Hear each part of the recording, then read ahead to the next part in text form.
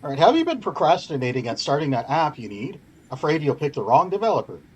Well, today we'll be giving you the tools to find the right developer for your app.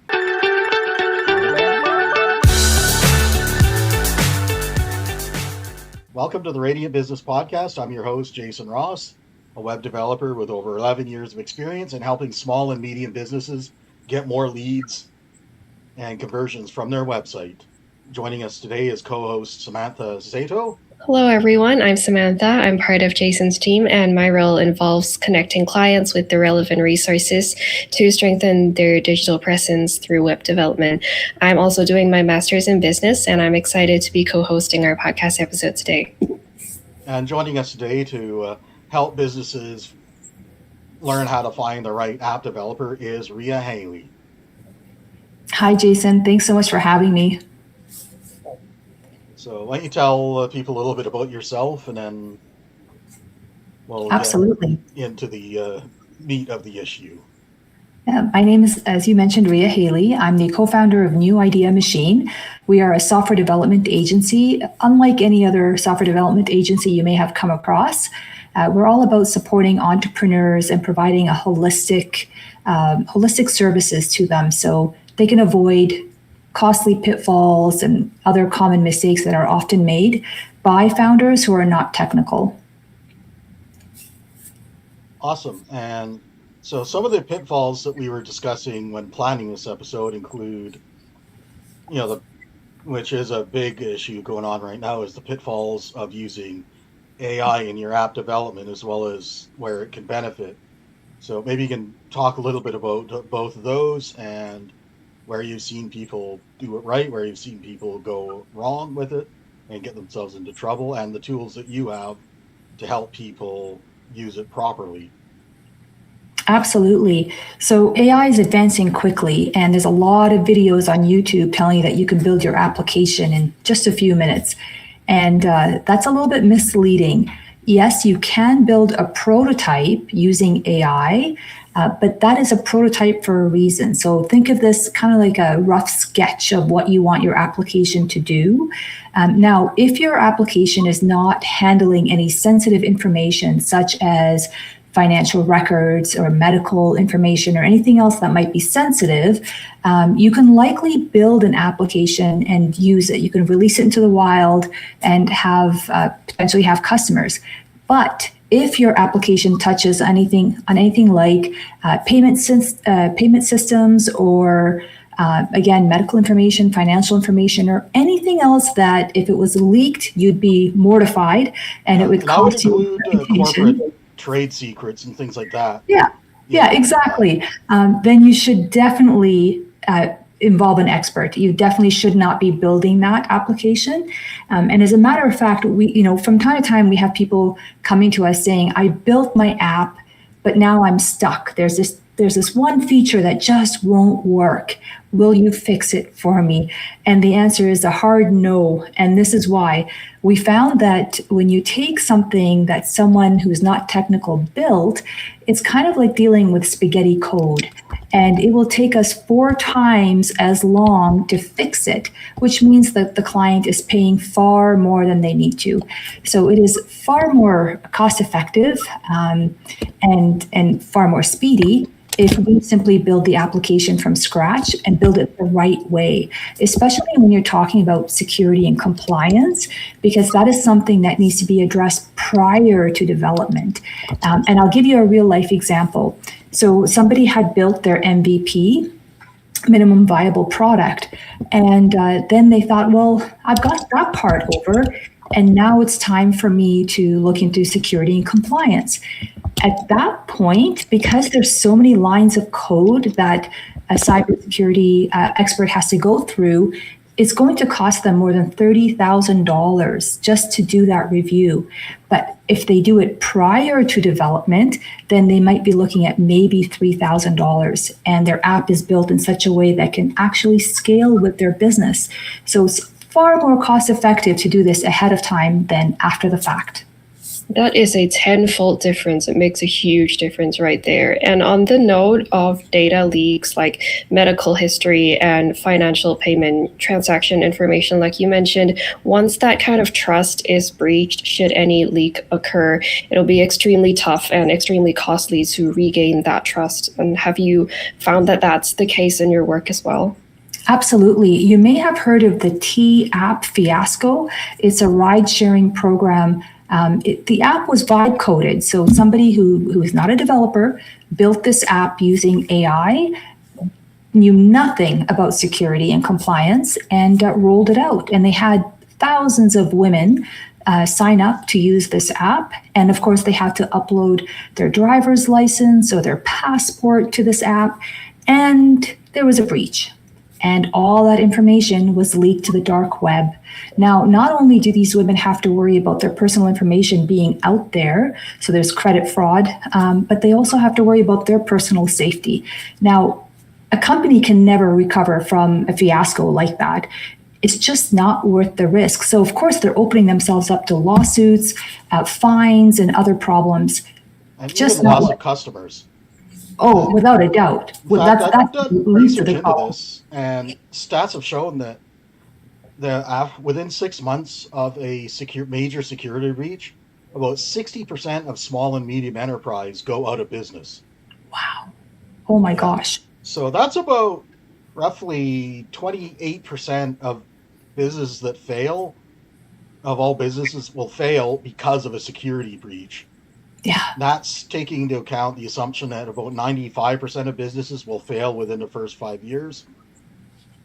So that's roughly a third of businesses that failed within their first 5 years fail because their security failed. Yes, yes. And starting a business is hard enough, so you don't want the deck stacked against you. You might as well just build it right from the beginning. Yeah. And security is one of the first things that business owners of a small business will put off for later because they assume that their small size and obscurity is their protection, but that's not the case. It may have been the case in the past, but with automated attacks, that is not true now. In fact, absolutely, if you're a small player, you're probably more vulnerable to getting hacked than a big business because automated hacks will most likely easily work on you unless you put at least minimum basic security in place. Yes, absolutely. And so those are some of the pitfalls that people can get into with vibe coding. So what would be some of the situations where you would recommend using it? If you're building a prototype, or if you'd like to have a rough idea of what your application is going to look like or how it's going to work, so if you press this button, what's the next page that you want to show up in your application? That is the perfect use case for building something with AI. And then also, you now have something to show a developer. So you're showing them exactly what you want them to build, which is fantastic because that helps with the ambiguity that sometimes happens when someone's describing their idea. Every developer is going to understand it differently, right? And you want to minimize that, again, just to save you time and money. Yeah, that's actually an interesting point you bring up because something I don't bring up here often is I am also a writer, and as a writer, I, work with words, but I also need to work with artists who work with visuals, and oftentimes, it takes a few iterations before, the words of what I'm describing and what the artist is drawing, mesh with each other and hit the intention that I wanted. Yes. Yeah, the way words turn into visuals is so interesting, and it can be so varied from one artist to another or from one communicator to another. Like I took a visual communication class back when I was doing my postgrad diploma in communications. And then the very first day of the class, the instructor had each of us draw something based on a sentence that she described. So basically she was giving us a prompt and we were acting as though we were in AI and producing a visual for that. And then all 30 of us had different drawings based on the same sentence. So that really speaks to just how much difference can be made. Absolutely. And when it comes to app development, you need to go even a step further than that, which is called formal requirements gathering. So understanding the exact functionality that needs to happen so the developer knows how to build the back end. So when you use AI to build a prototype, that's showing the developer the front end, what everyone sees, but not what's behind the scenes. And this is another massive pitfall that founders tend to fall into, avoiding this step. And usually it's because they don't know about it or because there's a cost associated with this.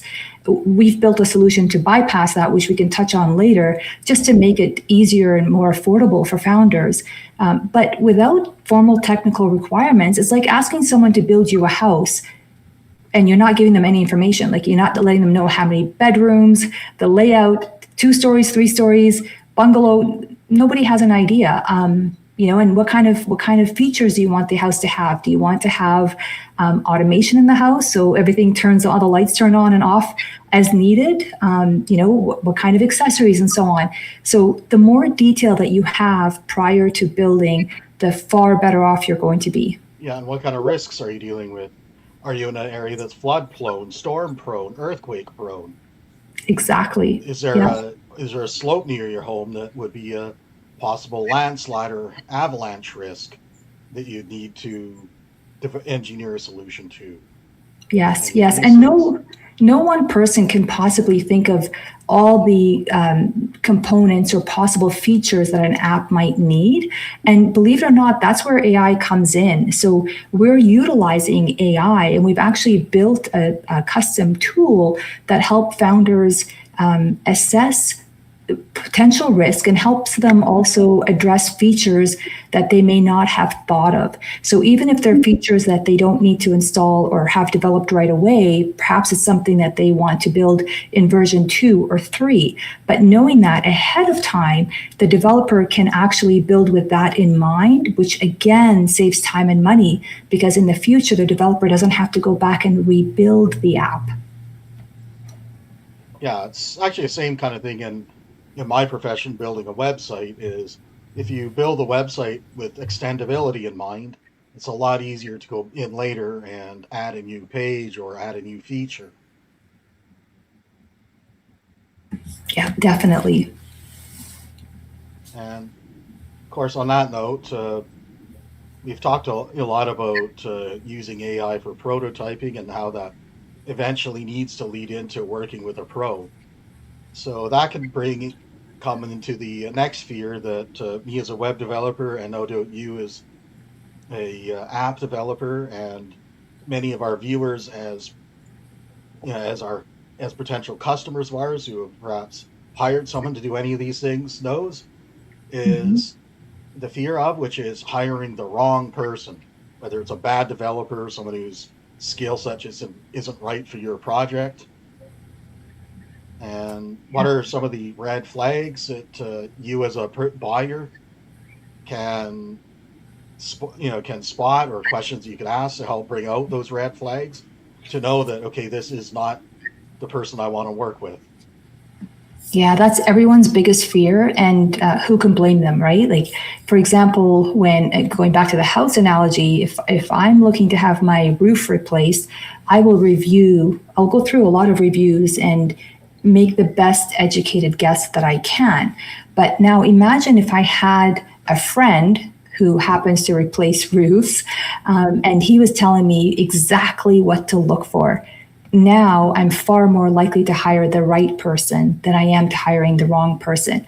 And non-technical founders especially don't know what questions to ask, and it can be very overwhelming speaking to a developer, because they tend to be very intelligent people, right, Jason? Yeah. They think very differently, and it's easy to get overwhelmed, especially when technical language is being used. And sometimes founders might be too embarrassed to say, I don't know what that means, I need you to explain it to me. And they're really going off of blind trust to some degree, but that doesn't need to be the case. There are some critical questions that you can ask any development agency or any developer that will help you expose whether or not they're the right developer for you. And happy to go into some of those questions as well. Also, asking them if they've worked with very small businesses like yours or a medium business, if that's what you happen to run, and how they address those particular pain points that small or medium businesses have can also tell you a lot.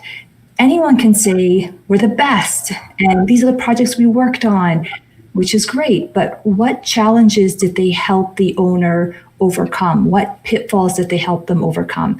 And these are the types of things that we take into consideration when we're speaking to a founder. And again, that tool that I mentioned earlier that we built, again, helps with that, with that whole process as well. Because sometimes it's not necessarily the developer's fault. Sometimes it is a communication breakdown. But even so, how do we minimize that risk? And if you are hiring an individual developer, well, what happens if they become sick and disappear? Or what if they win the lottery and move to Hawaii and they're no longer working? What happens to your code? Who actually owns that code? And this is one of the biggest mistakes we see that founders make because they simply don't know any better. At any point in time, right from the get-go, you need to own your code. So you need to have the keys to your house. So everything should be stored in GitHub. And if you don't know what that is, don't worry. Think of it like a library for your code. And then you need to give limited access to anybody else that's working on your application. So should they disappear for any reason, you still have access to your code and you can take it elsewhere. i.e. set up your own accounts and make sure that you control access to those accounts and give your development teams, invites to join those accounts that you can revoke later on should, your situation with them ever change. Yes, absolutely. And I'll give you an example. And I was speaking to a founder recently, and this is definitely the most heartbreaking story I've heard to date. And I've heard a lot of horror stories. She hired a senior developer that was highly recommended. And she paid a significant amount of money to have her application built. Unfortunately, it was built on his personal server. So she has absolutely no access to it. And despite signing a non-disclosure agreement, I'm not sure about no compete, he's using her platform to run a business that is competing with hers. And he's also routing her email through him, like through his email. I mean, obviously this is very, very illegal, but now she's in a very tight spot. Not only did she lose her money, but she really lost her business. And now she has to go down that legal path, which is going to take a lot of time and money and, cause unnecessary delays. So that is why it's crucial that when you hire somebody, you have a contingency plan. What happens if they disappear? How do you access your code? Where does your code live? Who else is going to have access to it? And another example is that somebody might hire a company that they think is local. They may have a presence in your area, but they're actually, subcontracting to someone overseas. Well, anytime you subcontract to someone overseas, North American laws no longer apply. Your idea, your business is no longer protected. Now you're truly in the wild. And there's been many founders who've lost their business ideas and lost their money. And so now you're no longer first to market, and your proprietary business model is no longer proprietary. Now everybody has access to it, or other competitors have access to it. That is a devastating story. And with that in mind, I really cannot imagine any business who would not benefit from receiving your advice and consulting you before going ahead with it. There are so many dangers, those that they can imagine and those that they cannot. Absolutely. Absolutely. And so to make things as easy as possible, I've compiled all the stories I've heard, all the lessons that we've learned, all the secrets of how this industry really works into free resources on our website. So anybody can go and educate themselves, know what questions to ask, know what the process it actually looks like, so they can de-risk their investment. Would that be the framework of the 13 to 14 critical questions that you go through with them? That's definitely one of the resources. Another resource that I have is a buyer's guide that anyone can access, whether they're looking at building a custom application, integrations, or automations. So anything that has to do with software. When is the right time for them to consider custom? When is the right time for them to buy off the shelf, and so on? And of course, we also have the tool that I referred to earlier called the App Cost Calculator. And that is a tool that we provide to founders who are ready to build their application. And that is the private AI tool that walks them through the questions that they need to consider and actually compiles absolutely everything that they provided into technical requirements and user journeys. And user journeys, the simplest way I can explain this is what screens will each user see when they visit your application? And then, of course, it gives them a time and actual cost estimate, because one of the other pitfalls that founders fall for, unfortunately, is a low quote. So it's very common for companies to provide an extremely low quote, almost too good to be true. And then when development starts, the founder has entered into a 12-month contract, so they can't back out. And if there's any misunderstanding or breakdown in communication, well, now it's change order fees. And those change order fees can add up very, very quickly. So that's another thing that founders need to be aware of. Yeah, in fact, in the web development space, which is very similar to yours, I've run into clients who've had a developer who will lowball the quote just to get the job, and then once they're in the middle of the job, they'll then start demanding more money to do the same work.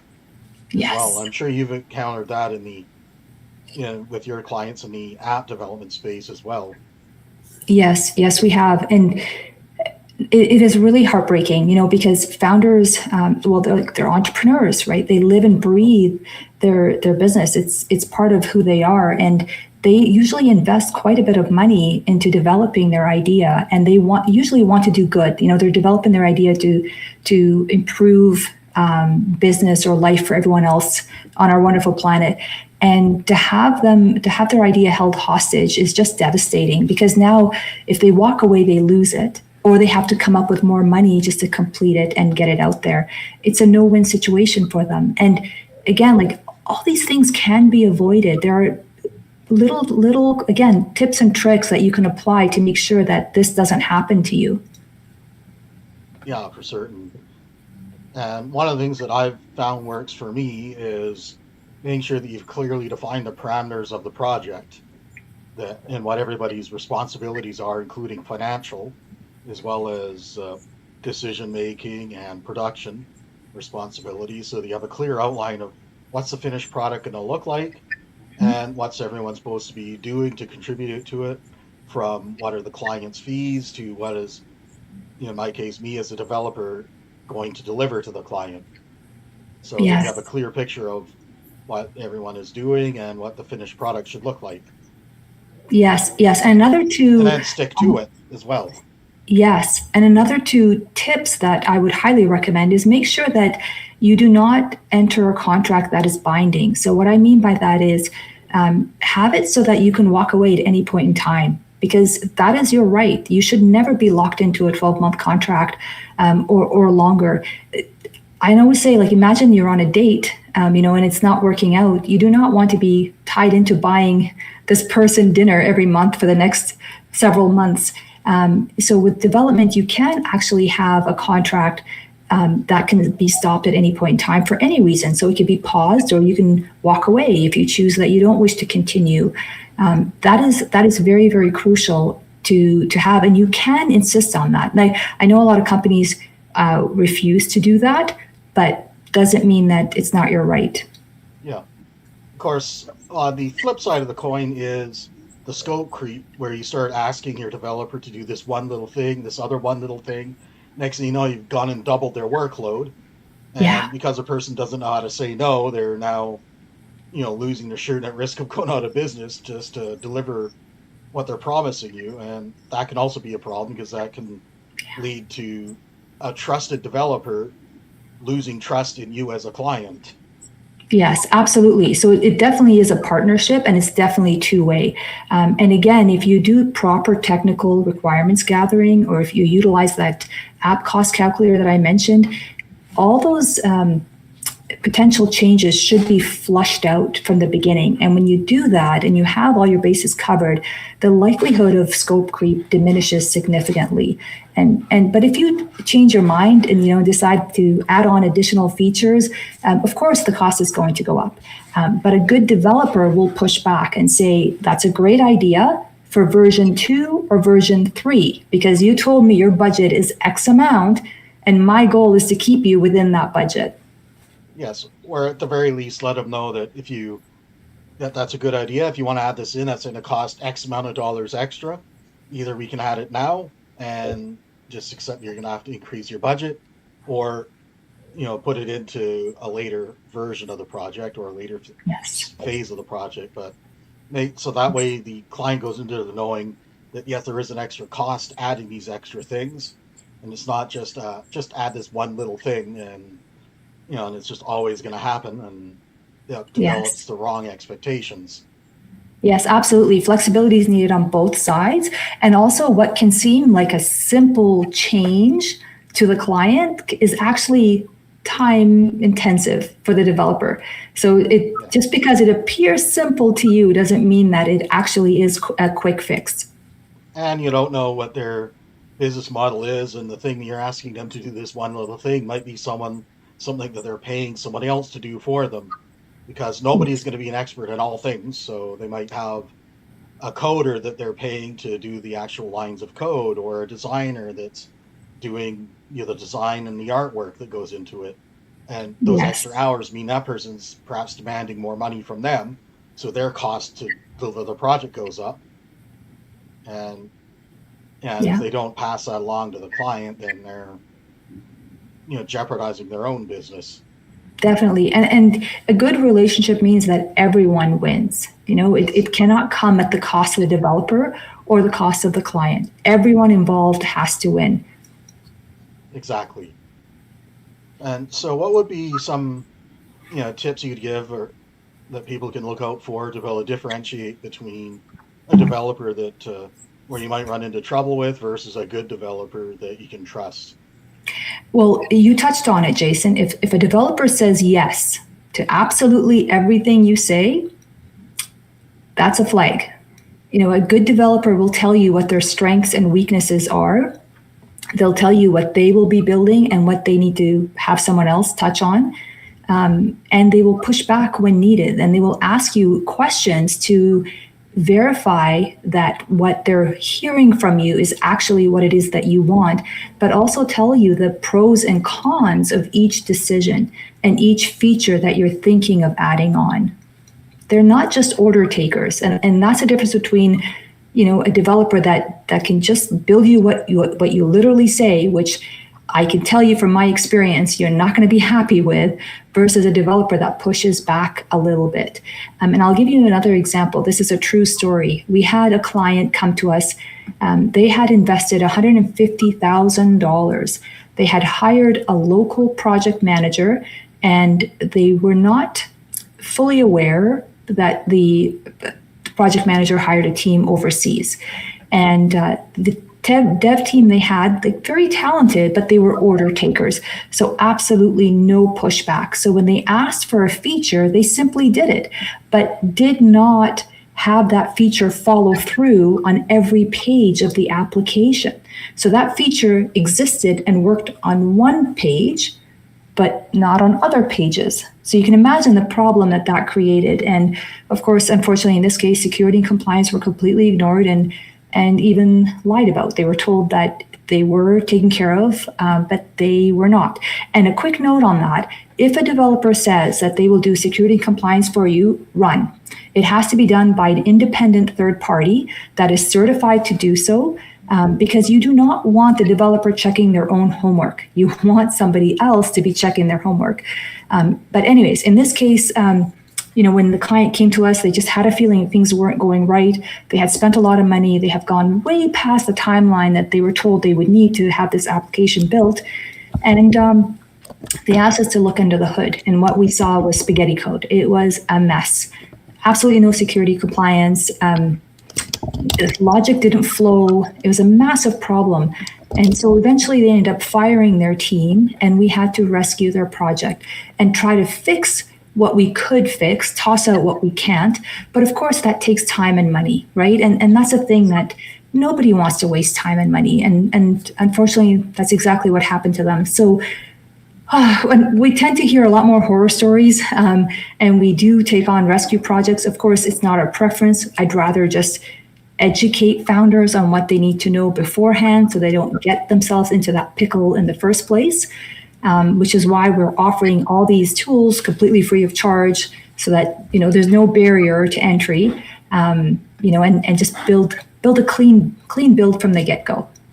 That does sound like a tragedy, a complete disaster that no business owner would ever want to find themselves in, considering the legal, ethical side of compliance, and then the cohesiveness in terms of the user experience or like customer experience when you have something working perfectly well on one page and then not the rest of it. That's bound to be very frustrating for both the user and for the business owner.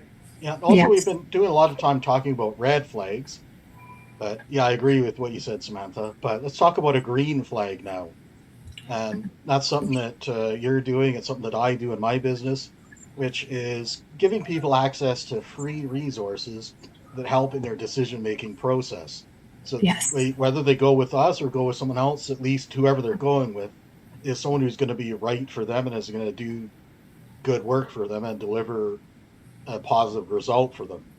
Yes, definitely. There are developers out there that do that, and when you come across someone like that, treasure that, because you know that they're out there being honest. Because if they're going to be willing to give away that stuff for free, there must be a reason for it. There must be the confidence in there that they know they're competent to do good work, and if they go through that decision-making best practices process, that you're going to be on their short list of ones that they would like to work with. Yes. And as you know, Jason, we can't work with everybody, right? So we're not good developers are not trying to get every possible project they can get their hands on. They are looking to work with people that will be a pleasure to work with. So back to what I said earlier, it really is a two-way street. And if you do find somebody that you treasure, tell everybody, help them out. And another little thing to think about is, are you hiring a vendor or a partner? Because a vendor, like I mentioned earlier, will take orders, but a partner will look out for your business and protect you, not just, now, but also into the future.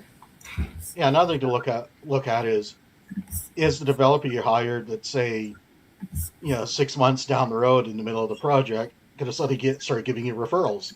If they're doing that, then that's another green flag that they're actually buying into what you're doing as a business, and they're now looking at recommending you to other people that they know.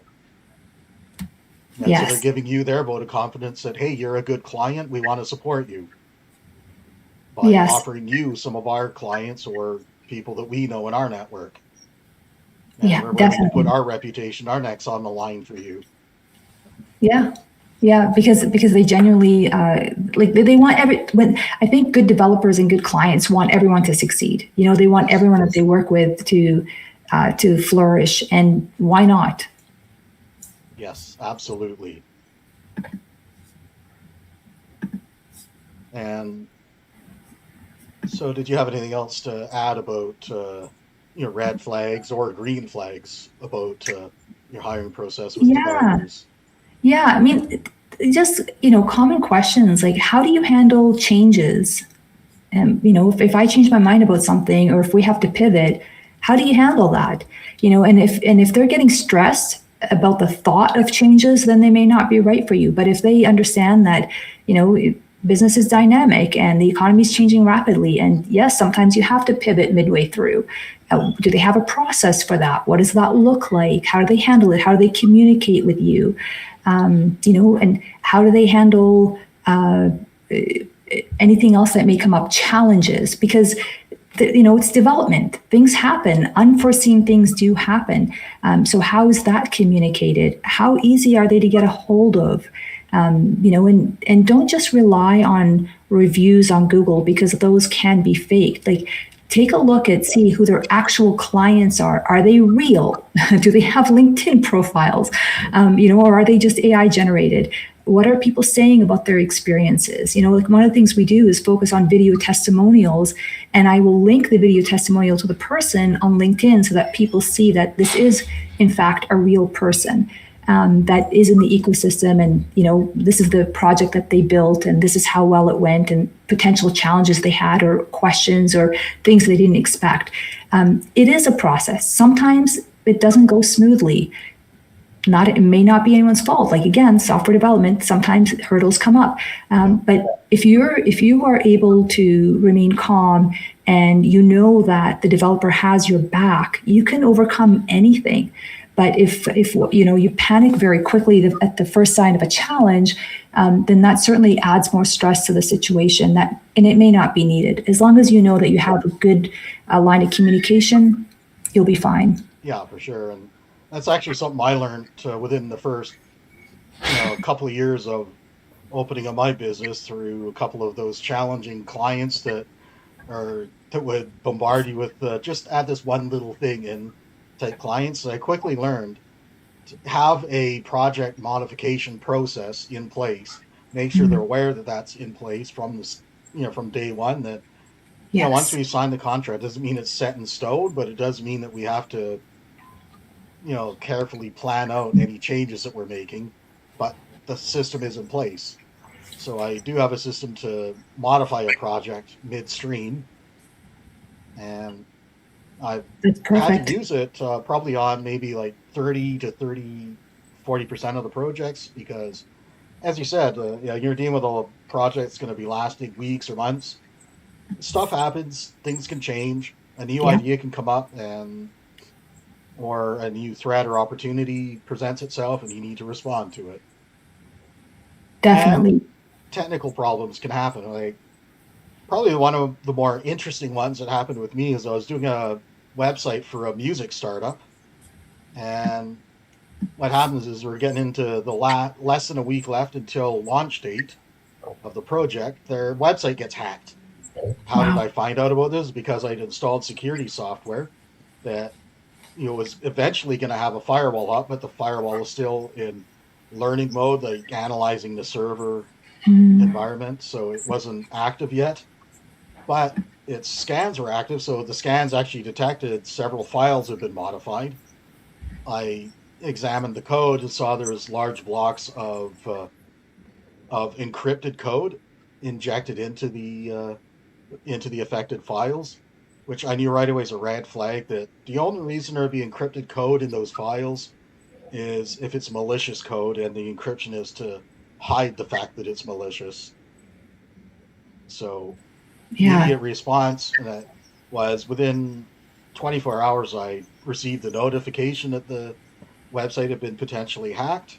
Within 24 hours of the notification, I'd already had the hack fixed. Amazing. And still launched on time. Yeah, and that's what a good partner does for you, right? Like, they're not just vendors. And a good partner too tends to understand that emergencies don't always happen between 9 and 5, and sometimes they need to be reached outside of business hours, and they're willing to accommodate that. As long as that is not abused, they're willing to help you out. Yeah, and that one came over the weekend, so I was working on a Sunday to get their website to fix back up so that we could continue development. Yeah, you're clearly a good partner, Jason, because that's exactly what a good partner would do. Yeah, for certain. On that note, we've talked about partnering overseas, a little bit. We've talked about some of the pitfalls of that. So let's go into that in a little bit more detail. Talk about like what are some of the benefits of it, what are some more the focus more on also on the pitfalls, and kind of give people a bit of an idea of what is the real situation there. When would you want to partner with someone overseas? When would you not want to? Yeah, Okay, I'm biased in this. I've heard of one successful overseas build. Now, I have not looked at the application. I cannot say if it was built properly or not. But what I can say is that the client was satisfied. But it is a gamble. I mean, you really are gambling. And if you're okay with high risk and putting money on the line, then maybe overseas is right for you. If you're not, and you are very sensitive as to who's going to be looking at your business idea, who's going to have access to it, especially the code, which is proprietary, then you may want to avoid building overseas. And again, North American laws do not apply overseas, so they can do anything they want with your application, and often do. And if you're looking to tap into government funding, non-dilutive grants or credits, tax credits, you definitely won't get that if you're building overseas. That definitely has to be built in North America for you to benefit from that. So it's not for everyone. It really comes down to the person to decide. And of course, like the language barrier, the time difference, all that factor in. If you've ever worked with anyone overseas, it gets tiring pretty quickly, having to communicate in the middle of the night and explain yourself over and over again.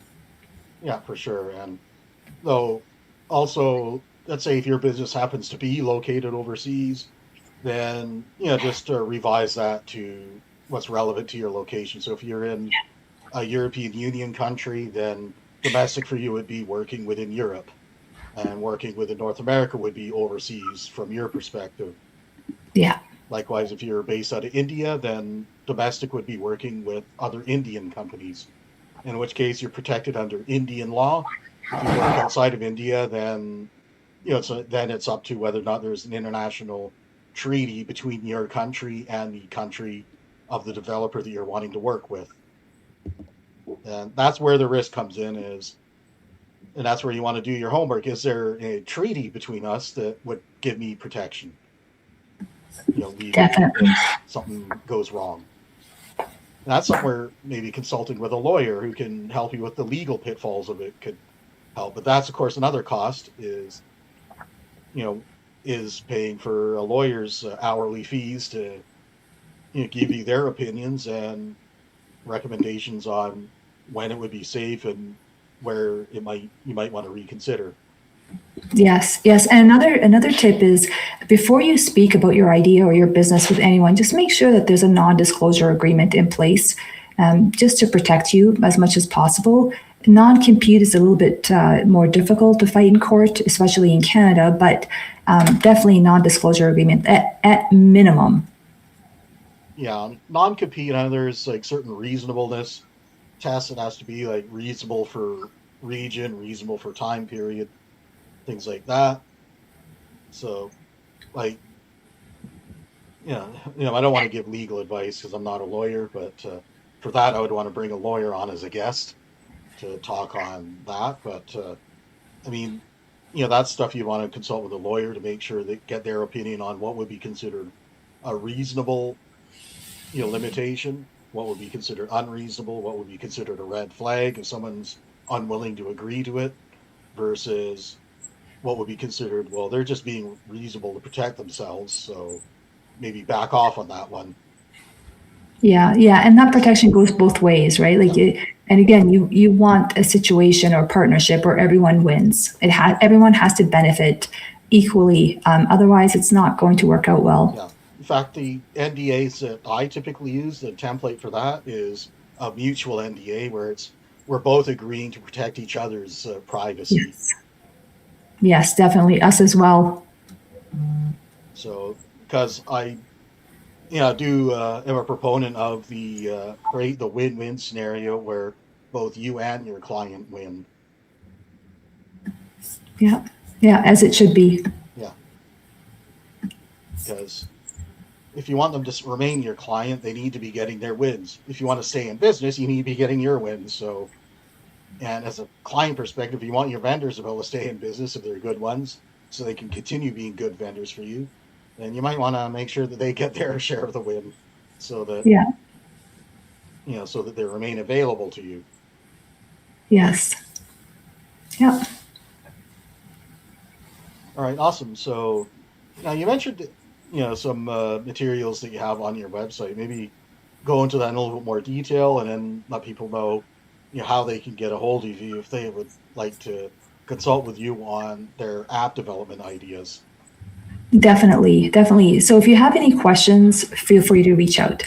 We're building a process where you can have any question answered regardless of what phase you're at. So even if you're very early stage and you have this idea and you're thinking, I might need to have an app developed, or I might want to create this tool for my business to help increase my capacity and sales, but I'm not really sure how it would work. Or even more common, I have a bottleneck in my business and it's driving me crazy and it's costing me time and money, and there has to be a solution for this, but I don't know what that solution is. Feel free to reach out, because we will help you determine if it's a off the shelf solution or if a custom solution is more effective for you. And we'll factor in everything, including cost as well, and how long the learning curve, because that's another thing that business owners really worry about if they're building something custom versus buying something off the shelf. Off the shelf products tend to have a very steep learning curve. You have to mold your business to fit the product, where in custom build, the product is built to fit your business. And so it makes it, there is really no learning curve. It's very intuitive, very fast and effective. But we're happy to help with that. And as I mentioned, we have a lot of tools. So, Sam, you alluded to this earlier, 14 critical questions that you should ask every developer before you sign anything at all. Yep. Feel free to download that. The questions are not technical. You don't have to be a technical person to ask them, but they will reveal a lot about who you might be working with. And if you have a solution that you're entertaining, the app cost calculator will certainly walk you through that process effortlessly. Just a few non-technical questions that you have to answer. It takes about 20 minutes, and it gives you insights that you never even thought of. And it allows you to go into any possible agreement or build with your eyes wide open, fully understanding what it's going to take.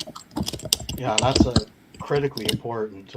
Another thing that actually just occurred to me, which is something you're saying, something reminded me of a story from the Ripe YouTube channel about, it's to do with a company that had a service ticket managing software that was a bottleneck point in their system that was custom built.